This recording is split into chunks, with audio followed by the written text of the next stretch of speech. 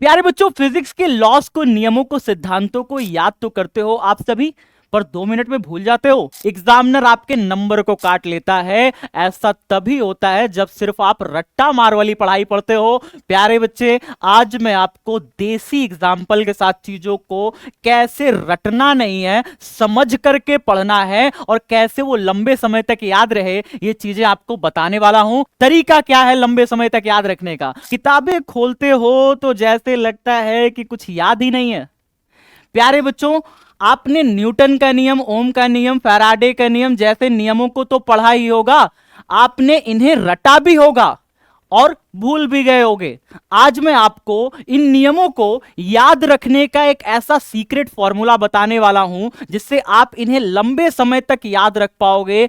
आज मैं इनको देसी तरीके से, देसी एग्जाम्पल से कैसे चीजों को जोड़ करके कैसे अच्छा नंबर लाया जाता है परीक्षा में, वो स्ट्रैटेजी शेयर करने वाला हूं। आखिरी तक बने रहना, बहुत काम की स्ट्रैटेजी है प्यारे बच्चे। प्यारे बच्चों, बहुत सारे बच्चे हमारे परिभाषाओं को रट लेते हैं। आप सभी में से बहुत सारे बच्चे होंगे जो परिभाषाओं को रट लेते हो, लेकिन फिर क्या होता है, बाद में भूल जाते हो। एग्जाम में अगर परीक्षा में प्रश्न घुमा के पूछ लेता है ना, तो आप सभी उसका जवाब नहीं दे पाते हो। और अगर परिभाषा लिख के चले भी आए तो उसके बगल में उसका जब कंसेप्ट होता है, जो एप्लीकेशन होता है, वो नहीं लिख पाते, उसका एग्जाम्पल नहीं लिख पाते, उसकी इमेज यानी कि उसका जो चित्र है वो नहीं बना पाते। और इस चक्कर में एग्जामिनर आपके नंबर को काट लेता है। ऐसा तभी होता है जब सिर्फ आप रट्टा मार वाली पढ़ाई पढ़ते हो। प्यारे बच्चे, आज मैं आपको देसी एग्जाम्पल के साथ चीजों को कैसे रटना नहीं है, समझ करके पढ़ना है और कैसे वो लंबे समय तक याद रहे, ये चीजें आपको बताने वाला हूं। आखिरी तक बने रहिए। तरीका क्या है प्यारे बच्चे? तरीका क्या है लंबे समय तक याद रखने का? पहला तरीका यह है कि आप उसे चीजों को रियल लाइफ एग्जाम्पल से कनेक्ट करो। जो आसपास की चीजें, आसपास की घटनाएं हो रही हैं, हर चीज में फिजिक्स है प्यारे बच्चे। हर चीज में फिजिक्स को पहचानो, फील करो, कनेक्ट करो। मैं कहता हूं बार बार, फील करो, कनेक्ट करो। आसपास की घटनाओं से सीखो, उससे फिजिक्स जुड़ी, उसमें हर एक चीज में फिजिक्स है प्यारे बच्चे। हर एक चीज में फिजिक्स को जोड़ करके देखो, इससे चीजें आपको लंबे समय तक याद रहेंगी प्यारे बच्चे। आपको रट्टा मारने की जरूरत नहीं पड़ेगी। दूसरी चीज, स्टोरी स्टाइल याद रखने की आदत बनाओ। कहानी के माध्यम से चीजों को समझो। आप ना चीजों को, हर एक चीज को स्टोरी के माध्यम से जोड़ दो। कि भाई जैसे आप राजा महाराजा की कहानियां सुनाते हो, उसी तरीके से आप फिजिक्स को भी कहानी के माध्यम से अगर जोड़ करके याद रख सके, लंबे समय तक ये चीजें आपको याद रह जाती है। क्योंकि बच्चे, आपको याद होगा, कहानियां सुनने में हर एक का इंटरेस्ट रहता है। कहानियां हर एक इंसान को लंबे समय तक याद रह जाती हैं। तो हर चीजों को कहानी के माध्यम से जोड़ दो, आपको कंसेप्ट भी लंबे समय तक याद रह जाएगा प्यारे बच्चे। चलिए अब आगे बढ़ते हैं, न्यूटन के नियम पे आते हैं, क्योंकि यही सब तो आपकी परीक्षाओं में आता है और इसे आप रट्टा मार लेते हो और वहीं पर गलती कर देते हो। प्यारे बच्चे, इसे भी देसी भाषा में, देसी एग्जाम्पल के साथ कैसे कनेक्ट करके लिखना है, चलो सिखाता हूं। जैसे कि पहला नियम है, जड़त्व का नियम है प्यारे बच्चे। जड़त्व के नियम में क्या होता है, अगर तेजी से कोई भी इंसान आ रहा है, बस अचानक से रुक गई, बस में बैठा यात्री आगे की तरफ मुड़ जाता है। इसकी वजह क्या होती है, उसका पैर का जो निचला हिस्सा है, बस के रुकने की वजह से वो तो रुक गया, लेकिन बॉडी आगे चली गई जड़त्व के कारण। अगर कोई भी बॉडी अचानक से चल पड़ती है तो हम पीछे की तरफ अचानक से मुड़ जाते हैं। ऐसा क्यों होता है? जड़त्व के कारण। यानी कि अगर कोई बॉडी अचानक से चल पड़ती है, अगर आप उसके ऊपर बैठे हुए हो तो पैर तो आपका चल पड़ेगा, लेकिन बॉडी पीछे की तरफ रह जाएगी जड़त्व के कारण। पेड़ हिलाते हो अचानक से, आम नीचे गिर जाता है। टहनियां तो गति की अवस्था में आ गई, लेकिन आम जो है रेस्ट की पोजीशन में रह गया। पेड़ से आम टूट करके नीचे गिर गया। बहुत सारे ऐसे डेली लाइफ एग्जाम्पल हैं जड़त्व के। अगर आपने उसे याद कर लिया, समझ लिया, तो आपको जड़त्व समझने की, परिभाषा रटने की जरूरत नहीं पड़ेगी। आपका कंसेप्ट स्ट्रांग हो जाएगा प्यारे बच्चे। ठीक है। अगर दूसरी बात करी जाए, जो दूसरा नियम है, F = ma, क्या कहता लगता है? हल्की वस्तु है, बल लगाओगे तेजी से भागेगी, एक्सेलरेट ज्यादा करेगी। लेकिन अगर भारी वस्तु है, उसको धक्का मारोगे भैया धीरे से आगे बढ़ेगी, है ना। तो इसी को कहते हैं F is equal to ma, Newton का दूसरा नियम। तीसरे नियम की बात करी जाए प्यारे बच्चे तो क्रिया प्रतिक्रिया का नियम। सबसे आसान भाषा में समझाऊं, दीवार पे थप्पड़ मारो, दीवार पे मुक्का मारो, आपको भी चोट लग जाएगी। अगर आप क्रिया करते हो तो आपको प्रतिक्रिया मिलती है। चलते हो डेली लाइफ में, चलने के लिए आपको क्रिया प्रतिक्रिया की जरूरत पड़ती है। आप जमीन पे क्रिया करते हो तब अगला कदम उठता है और प्रतिक्रिया स्वरूप आप आगे बढ़ पाते हो। इस तरीके से चीजों को समझो। जब आप डेली लाइफ में चीजों को जोड़ करके पढ़ते हो तो चीजें आपको लंबे समय तक याद रह जाती है। इस चीज को याद रखना, और इसी को लिखने से एग्जामिनर आपको नंबर भी ज्यादा देता है, क्योंकि वो समझ जाता है कि इस बच्चे को हर चीज समझ में आई है। रट्टा मार वाली पढ़ाई नहीं, सब चीजों को देसी भाषा में जोड़ करके स्टोरी से बिल्ड करके समझना है। ठीक है, आगे बढ़ते हैं प्यारे बच्चे।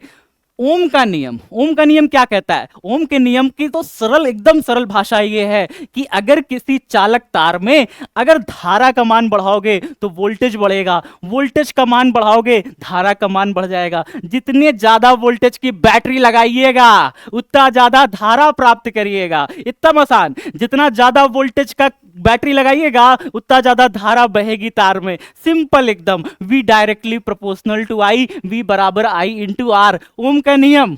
ठीक है, ठीक है। तो जॉर्ज साइमन ओम नाम के वैज्ञानिक ने यही नियम दिया था, जोड़ दिया स्टोरी से। एक तार लिया, जितना ज्यादा वोल्टेज का बैटरी उतना ज्यादा करंट। ठीक है, V directly proportional to I। चलिए, अगर फैराडे के नियम की बात करी जाए, एकदम सिंपल प्यारे बच्चे। फैराडे का नियम, चुंबक आगे पीछे कर रहे हैं किसी बंद कुंडली में तो क्या उत्पन्न हो जा रही है? एक प्रेरित धारा उत्पन्न हो जा रही है प्यारे बच्चे, एक इंड्यूस्ड करंट पैदा हो जा रही है जैसे ही चुंबक को आगे पीछे कर रहे हैं प्यारे बच्चे। फैराडे और हेनरी ने एक्सपेरिमेंट किया था मिलकर के। आपको ये एक्सपेरिमेंट बढ़िया एनिमेशन से समझाया था क्लास में। इस तरीके से चीजों को जोड़ करके एनिमेशन से देख करके कहानी के माध्यम से समझना है कि जब किसी कुंडली और चुंबक के बीच में सापेक्षिक गति कराई जाती है तो कुंडली में एक विद्युत धारा प्रेरित हो जाती है। इसी घटना को क्या कहते हैं? वैद्युत चुंबकीय प्रेरण यानी कि इलेक्ट्रोमोटिव इंडक्शन कहते हैं। आगे बढ़ते हैं प्यारे बच्चे, स्नेल का नियम। स्नेल का नियम क्या होता है? भैया एक पानी लिया, एक जार में, एक पारदर्शी जार में पानी लिया, उसमें एक पेंसिल डाल दी, पेंसिल तिरछी दिख रही है। अपवर्तन के कारण अपवर्तन की घटना होती है। क्या होती है? अपवर्तन की घटना स्नेल का नियम होती है, जिसमें हम कहते हैं साइन आई अपॉन में sine r is equal to क्या? अपवर्तनांक के बराबर होती है। यानी कि इसमें क्या कहते हैं, किसी एक वर्णीय प्रकाश के लिए आपतन कोण की ज्या और अपवर्तन कोण की ज्या का अनुपात एक नियतांक होता है, जिसे उस माध्यम का अपवर्तनांक कहते हैं। प्यारे बच्चे, रटना नहीं है परिभाषा, समझना है। समझना है कि जो भी यहाँ पे कोण बन रहा है साइन आई, जो भी यहाँ पे कोण बन रहा है साइन आर, इन दोनों का जो रेशियो होता है वो n के बराबर होता है। समझना है प्यारे बच्चे हर एक चीज को, ठीक है ना। तो ये चीजें आपको लंबे समय तक याद रहेंगी। अगर आप रट्टा मारोगे 2 मिनट में भूल जाओगे। रटना नहीं है, स्टोरी से जोड़ करके समझना है कि भैया अगर कोई भी चीज पानी के अंदर जाती है तो तिरछी दिखने लगती है, ठीक है ना। इस तरीके से अपवर्तन को समझना है, ठीक है। चलिए आगे देखते हैं प्यारे बच्चे, बोर्ड एग्जाम में कैसे लिखें। कई सारे बच्चों का प्रश्न होता है कि बोर्ड एग्जाम में कैसे लिखें। तो प्यारे बच्चों, अब मैं आपको बताने वाला हूं कि बोर्ड एग्जाम में कैसे लिखें, किन किन चीजों को याद रखें। एग्जामिनर वो कौन से की पॉइंट्स है जिनको ध्यान में रखता है आपकी कॉपी चेक करते समय, ताकि आपका सारा नंबर आपको अच्छा से मिल सके। तो प्यारे बच्चों, सबसे पहला चीज आपको ध्यान में रखना है आपकी राइटिंग, कि आपकी राइटिंग बहुत अच्छी होनी चाहिए। अगर आपकी राइटिंग सही नहीं हुई तो सबसे पहले तो नंबर वहीं कटेगा प्यारे बच्चे। एग्जामिनर कॉपी ही ध्यान से चेक नहीं करेगा अगर आपने राइटिंग सही नहीं लिखी तो। दूसरी चीज प्यारे बच्चे, आपकी जो परिभाषा हो बिल्कुल स्पष्ट परिभाषा होनी चाहिए। यानी ये नहीं गोल मटोल करती हुई परिभाषा नहीं होनी चाहिए, कहानियां यहां पे आपकी नहीं चलेंगी। यानी परिभाषा लिखते समय शब्दों का चयन बहुत जरूरी है प्यारे बच्चे। आप कौन से शब्द को चुन रहे हो। कई बार आप बहुत लंबी परिभाषाएं लिख देते हो बिना मतलब की। कई बार परिभाषा एक लाइन की लिख करके भी अच्छा नंबर ले आते हैं बच्चे। तो आपको भी स्पष्ट परिभाषा होनी आनी चाहिए, ठीक है। दूसरी चीज और तीसरी चीज, आपको प्यारे बच्चे कोई भी चीज लिख रहे हो, कोई भी परिभाषा लिख रहे हो, जो भी इंपॉर्टेंट पॉइंट है उसे अंडरलाइन कर दो प्यारे बच्चे। ये अंडरलाइन करने वाला बहुत इंपॉर्टेंट होता है। कोई भी परिभाषा लिख रहे हो उसमें जो इंपॉर्टेंट पॉइंट हैं उसे अंडरलाइन करना सीखो प्यारे बच्चे।